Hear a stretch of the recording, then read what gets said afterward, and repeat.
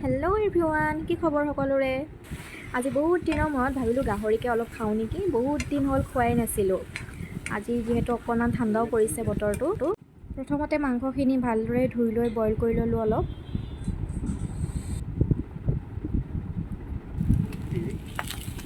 দুই চামুচমান তেল দি পিঁয়াজ এটা দি ভাজি লৈছোঁ অলপ টাইম। তাৰপৰা এয়া আদা নহৰু পেষ্টখিনি দি বিলাহী এটা আৰু কেঁচা জলকীয়া দুটামান আৰু কেপচিকাম এটা কাটি দিছিলোঁ ডাঙৰ ডাঙৰকৈ। আলু এটাও দিছোঁ মিডিয়াম চাইজৰ। মই গাহৰি মাংসটো অলপ ড্ৰাই ফ্ৰাই খাই ভাল পাওঁ, বেছি জোল হ'লে মই ভাল নাপাওঁ খাই। বইল কৰি লোৱাৰ পিছত বনাবলৈ যিহেতু বেছি সময় নালাগেই, এয়া হৈয়ে গ'ল ৰেডি। এয়া ৰেডি হৈ গ'ল। আপোনালোকে বাৰু ভিডিঅ'টো চাই কেনেকুৱা পালে জনাবচোন।